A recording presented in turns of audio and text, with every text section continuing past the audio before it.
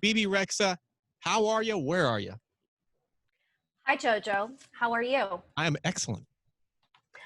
I am currently in Los Angeles at my house, sitting in my dining room, talking to you. I love it. Love it. I see your red hair. I saw you post on Instagram, you know, the red hair, and now seeing you in person with it all. God, it looks great. I mean, you know, Thank you. Your head was hanging over a sink. You were, you know, putting all the stuff on your hair. Turned out pretty good. So yeah. Red, fiery red. I don't God. know. I wanted to do something different. Bebe, let's flash back a couple of months here. I think you're the last. Well, we're in Burbank. Me and a couple of friends. We're at a restaurant called Don Cuco, and we're sitting there on the patio. Way back before you had to eat on the patio here in LA. And this girl walks by, and she's just ranting and going crazy, just being funny. And I look over, and it's Bebe Rexha, and she hangs at our table, and we just had a good old time. That was the last restaurant I ate at before quarantine, Bebe. It was with you, sort of. Wow. Was that? Oh, man. Wow. That was like March or late February, something like whatever it was. It was like a few days before everything shut down. Wow. The good old days. Yeah. So my question, of course, quarantine 2020. It's been a bizarre year. How's it been treating you? It's been, as you said, like different, like, you know, just figuring it out. I've been trying to be positive and keep myself busy and keep myself sane, and music, definitely writing has like helped with that a lot, you know? Right. Well, we got a lot to chat about. How about you? How about you, JoJo? I've been, you know what, back and forth from the house. I started off quarantine, you know, lockdown. A couple of months later, I moved back into the studio here. Of course, Kiss FM in Los Angeles is my home base. Not many people here. So I lock myself in a room. We turn the mic on. We go crazy. Then I wipe everything down and take off. So it's been, you know, a lot of lessons learned for sure. A weird year. My God. Album update, Bebe. Give me some details. This is your second full-length album. This is your new era. Talk about this album. What kind of information can you unveil? I just wanted to I just wanted to push myself to do the best I could and like write something that I'm really proud of. And this whole album has been 2.5 years in the making, JoJo. Wow. And I did it with Justin Tranter, and it's about like insecurities and empowering myself and learning throughout the whole process and becoming a stronger, better, happier me. Have you succeeded in achieving that? Yeah, I feel great. I feel so much. I've been doing a lot of, especially during quarantine, I've been doing a lot of like, I don't know, not like, I get not inner work, because that sounds like really like, but just, I guess, inner work. I don't know. Kind of like me time, so to speak? Yeah, doing things that are good for me and things that I really like and things that make me happy, like cooking and hanging out with my dog and, whatever I can, things that I like. I hear something spraying in the background. What are they doing? Sorry. No, keep sorry. it. I want to know what the deal is. Are they fumigating your house? No, I think that's actually, I'm sorry. That's not the perk of doing everything in your house right there. I think my next door neighbor is doing construction right now. I'm sorry. Oh, that's awesome. I want to just hear everything going on. This is like real life. Bebe Rexha is hanging out, you guys. Bebe, huge congrats. Your track, Meant to Be, it went not too long ago, diamond. It was declared diamond, which is massive. And basically that means 10 million singles sold. And to my understanding, only 39 singles other than yours have ever done that. So what is your reaction to Meant to Be going diamond? Nothing. When I got the plaque for Meant to Be, it felt like every Christmas all in one, like just wrapping the box, and it was like so massive. I don't know, JoJo. I'm like really like, I still can't believe it. That's really the truth. Like I think I'll get it like in like 5 years from now, it'll hit me and I'll be like, oh my gosh. I mean, people probably, when they see this plaque on your wall, they may not, they'll think like a gold record, which is crazy. And you've got some of those, but when you when you see a diamond plaque, it's like, that's a big deal. Anyway, yeah, Bebe Rexha is hanging out. Hey, Bebe, you've met a lot of people. You've worked with a lot of people, have you ever been starstruck? I'm curious. Have you ever, has someone ever like, wow, that's so-and-so? Mariah Carey. Wow. Give me details on this. How was I was that? at the studio. Oh, and J-Lo. But I'll start with Mariah. I was at the studio and she was recording in one of the rooms across the hall from the studio I was recording in, like, because there's different rooms in the studio. And I was like, "Hi, Mariah, I'm Bebe." And she's like, "I know who you are." And she's like, "Come here, darling." And she gave me like a hug, and she was wearing like an insane, like, leather jacket and this crazy, like, she looked like with these high heels, like her outfit was on point, and I was just like in sweats, and I was like, but I was very starstruck. You're sitting there with Mariah. Jesus. What about the J-Lo incident? Well, not Oh incident. Meeting. gosh, we sang backstage. Like, I think I watched her show in Vegas, and then I went backstage to meet her. I was so nervous, my hands were like all sweaty. And then she came out and she looked like perfection. And I was like, oh my gosh, What a this rush. J-Lo. I took a picture together, and then we sang a song together. BB, dumb question. I know the answer to this question, but how anxious are you to tour again, to get back on the road? I want to so bad, but obviously it has to be when it's safe, right? Right. But I miss being on the road. I love being on the road, and I hate it. I love it because I get to see my fans and I get to see like the world, but I hate it because then I miss my family, and I sometimes I can't take my dog everywhere, and I love my dog. Now, I've talked to a lot of artists, and it's when you're basically whatever you're doing, you want the other thing. For example, if you're on the road, you can't wait to get back home. You're at home, you can't wait to get back on the road. So it kind of makes sense, you know. The grass is always greener on the other side. Amen. Always. Are you guys having, discussions or in talks for a tour for 2021? Any preliminary talks, or is maybe not? We had something, but then I think I don't think there's going to be touring until 2022, I think, right? From what I've heard. It depends on if people can insure tours, according to Ryan Tedder, this chat I had with him. But I just talked to another artist that scheduled some UK dates for late 2021. Who knows if those things will happen? But I think it'll probably happen early in Europe first, and then it'll come over to us. But I don't know. I think it'll be either like mid to late 2021 or 2022, like where it's safe. You know what I mean? We need the vaccine and all that. Amen to that. To me, more than anything, it's about the safety.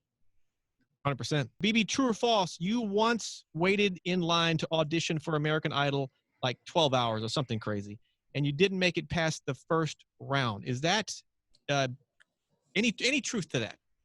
So true. That's absolutely true. It was in New Jersey. I was with my mother, and I was so nervous that I kept singing the song over and over again online for like 12 hours straight. So if you're going to sing for 12 hours, by the time you get in front of the judges, your voice is completely gone. It's a muscle, right? Totally. So I sounded okay, but I was very hoarse, and I cracked, and it was no bueno. There's some sort of message here, because the girl that waited in line for 12 hours to audition for Idol didn't make it past the first round, now has 50 award noms, 19 wins, gold records in 23 countries, a diamond record. What is the message? Is it just don't give up? You get rejected, keep going? Because that's pretty wild. I guess I just really I think it's doing what you love. I just really love writing songs, and I really love music. Like, I really love it. So it's like, just do what you love. I feel like if you do what you love, success will come. As long as you really love it and you're doing it for the right reasons, as long as it's your passion. The most important thing in life is doing something that because in the beginning, for 10 years, I was doing it, and there was absolutely I had no money coming in. I was like super broke. I couldn't even like afford like Chipotle, or, you know what I mean? It's like, or a sandwich. But I just was doing it, and I was just figuring it out because I really, really, really love music. I just made me so happy. There was just no other way. And I just kept going, and I wouldn't just stop because I loved it. BB, Baby I'm Jealous with Doja Cat. Let's play this track. Talk about it. What do I need to know? What does everyone need to hear from you about this track? How about why I wrote it? How about that, JoJo? Let's hear it. I heard it's not about a guy, it's about social media. Is that correct? About both. I was dating this guy, and I was doing a deep dive on social media just because I got some like weird vibes. You know what I mean? I just like heard some things, and then I definitely saw some things I did not like, and I was like, oh, all the girls that he was like liking or talking to when we were in a relationship all kind of looked the same. and they were like all these beautiful models and like super fit and like blue eyes, beachy, gorgeous hair.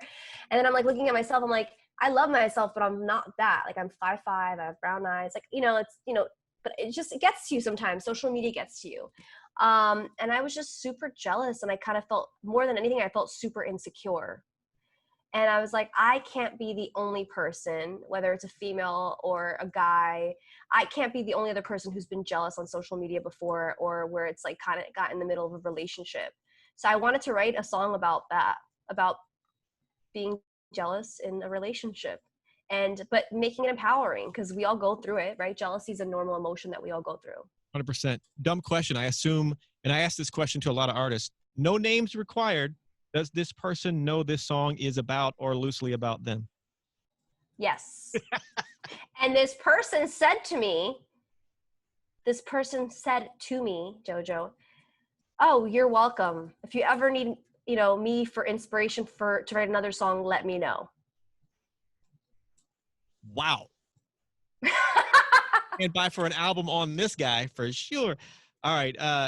Bebe Rexha, Doja Cat, Baby, I'm Jealous. Bebe Rexha's hanging out. Bebe, you're amazing on stage, although it's been a while since any of us have seen any shows, but I love what you do on stage, but we're all human. Have you ever made a noticeable on-stage mistake?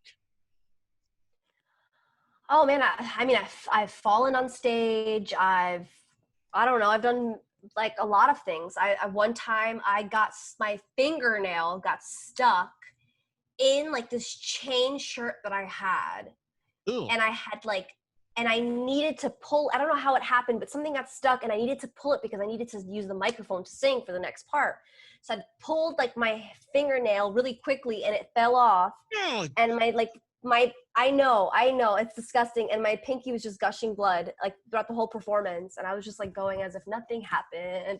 And then I got off stage and I was like, my pinky. But it was totally fine. That sounds like a torture I've treatment. fallen. I've messed up words. I don't know, on and on and on. Normal stuff, like, you know what I mean? After like words. Yeah, I've heard that so many times. I get that, but yanking that's one I haven't heard, is yanking a fingernail. It got stuck in. I think it was because one of the dancers was behind me, and then I don't know what happened, but like my nail had lifted up a little bit, like it was like an acrylic. So I got stuck like underneath the acrylic. Oh, I know. Sorry. I know. I'm not cute. You think this job is easy? It ain't easy. Bebe Rexha's hanging out. Bebe, you've written for everyone. You're an amazing writer. You've gotten awards for your writing. This is a tough question. What's your favorite lyric you have ever written? And give me two answers if you can. One for you, one you've written for your own body of work, and one you've written for someone else. Impossible. Oh, wow. The writer, I know, but what do you think? I think my favorite lyric song that I've written for somebody else was definitely "The Monster," and it was and it's the line that everybody gets wrong because I performed the cover, and it's the line. The hook is, "I'm friends with the monsters that's under my bed. Get along with the voices inside of my head." Wait, hold on. "I'm friends with the monsters that's under my bed. Get along with the voices inside of my head. You're trying to save me." Wait, I can't even remember the lyrics to the old song that I wrote. Oh, but anyway, that last line of "The Monster" is, "You're trying to save me because you think I'm crazy. Well, that's nothing new." And everybody thinks, well, that's not fair. But it's actually, well, you think I'm crazy. Well, that's nothing new. It's actually, well, you think I'm crazy, but that's nothing new. And I think that's like one of my favorite lines because it's always been really important to me to like normalize what's normal, what's crazy in life. You know what I mean? So that's one of my favorite lines I've written for somebody else.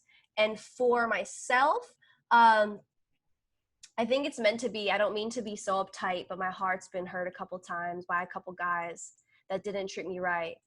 I ain't gonna lie. No, I ain't gonna lie. Because I think a lot of times in my life, I come off really uptight in situations because I've been hurt so many times. So I think I come off a lot harder than I really am. But I think it's just the wall that I built up for myself. And I'm just scared to let it down, you know? So that song always kind of reminds me to like take a deep breath and stop being so uptight. I love hearing you talk about your lyrics. That's just so, I don't know. I just enjoy that. All right, Bebe Rexha is hanging out, you guys. You know, because we've talked about this, that I'm obsessed with the paranormal. Ghost, UFOs. I have a podcast called Paranormal-ish on the iHeart app or wherever you listen to podcasts. Bebe, we've had a discussion about this one story where you went to a hotel in San Antonio. I think it was San Antonio.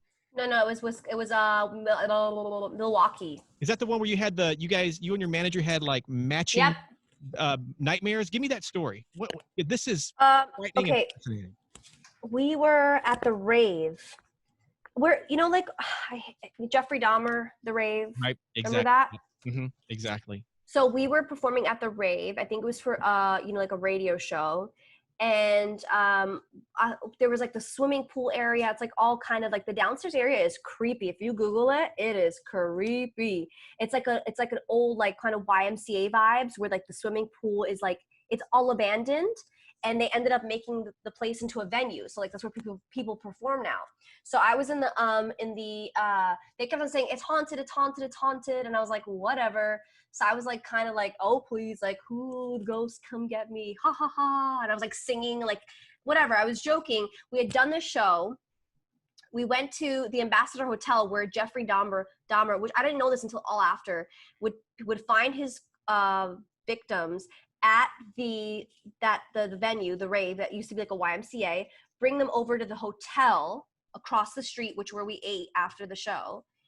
And then he would kill them and whatever, on and on. Yeah. But we went to the hotel and we went into our rooms, and at 3:30 in the morning, I'm telling you, I'd woken up in panic.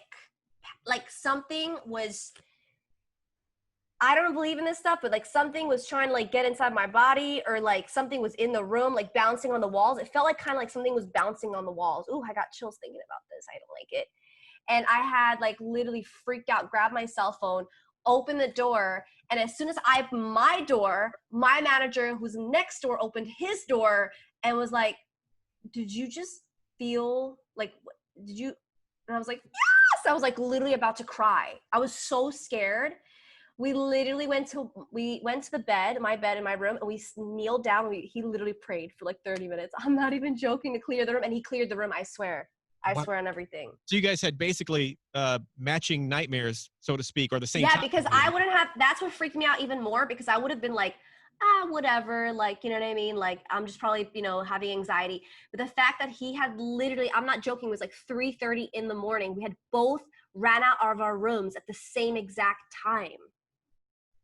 One of these days, I want to get you and that manager, whoever that is, on the podcast and discuss this in depth. I find this just crazy. So yeah. Oh my God. Yeah. I'll hit him up about it and talk to him about it and see, like, I'm sure he remembers, because you cannot forget that. Oh God. Yeah, let me know for sure. Bebe, along with Baby I'm Jealous, of course, that is out. You guys get on this track featuring Doja Cat. Are you also working on something new, something else with Pete Wentz? Is that what, can you confirm or deny that? We have done a track together on my album, but whether or not it's made the track listing, I cannot tell you. But I did work with Pete on a song, and I have a lot of really cool people on this album, really cool peeps. But yes, Pete and I have actually worked on a song together. The crazy thing is, years ago, I met Bebe with Pete Wentz on a project called Black Cards. And when I met you as a solo artist, as Bebe Rexha, you had to remind me that was you, because I didn't put the two and I didn't put it together. But man, it's just crazy to see how you've grown and blown up since then. But I did you guys video. 12 years. Was it? That's 12 years ago. Oh no, when we did that, 12 years, JoJo. That's nuts. I did a video. I was in a Black I remember that. I remember that. That's when Pete Wentz's brain blew up and landed on my face. Remember that? JoJo, that was you? We can find that on the internet, somewhere on the internet. I don't know if I can't find it. If you guys can find that, that was a crazy time. But Pete called me up and said, "Hey, be in this video. My brain's going to blow up and it's going to land on you." I'm like, "Say what?" Okay. All right. Yeah. Bebe Rexha's hanging out. Bebe, what is the weirdest place? Your fans love you. You know, they get a little crazy sometimes. Weirdest place a fan has asked you for a selfie? Oh, wow. I think I was like literally in the bathroom, in the women's bathroom, like, using the bathroom. Like In like the stall, yeah, like in the stall. And then I got like a knock on the stall, like, hey, baby, I know it's you, but when you get out, could we get a picture together? And then I was like, kind of like, oh my God, like somebody's listening to me pee right now. Like I felt so uncomfortable. So I like flushed the toilet, did what I had to do. And then I was like, sure. As I was wiping, I was like, oh God, it's so embarrassing. I mean, I've heard so many stories of bathroom, but it's usually, as bad as it is, it's usually in front of the mirror when people will ask, to take, like, not when they're in the stall doing what no, they asked me in the stall, and then I felt so uncomfortable because I knew they were waiting for me. So I was like, felt so uncomfortable. So I was like, okay, just flush the toilet a million times. Oh my God. Yeah. A new rule. Don't ask for selfies when someone's in the stall. That's bad. All right.